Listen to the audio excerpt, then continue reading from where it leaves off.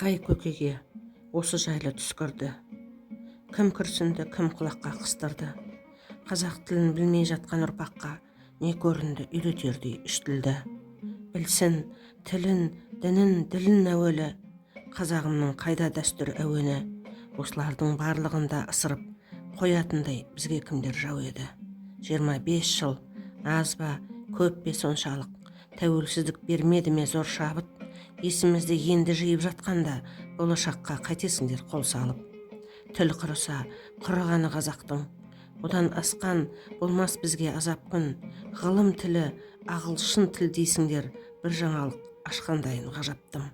Мен қарсымын, мен қазақпын, тірімін, өзгелердің ішкізбеңдер іріңін. Ғылымың мен біліміңнен не пайда, өз тіліңе жетпей жатса білімің. Бізден енді орыс болу шықпайды, ағылшынша тіпті халқым ұқпайды.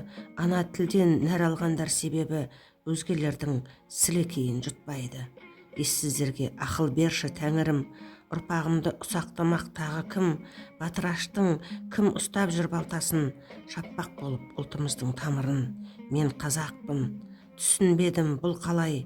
Мен абаймын, көкірегі жырғабай, сол абайдың ұрпағының аузын. Отырыңдар бөтен тілмен бұлғамай.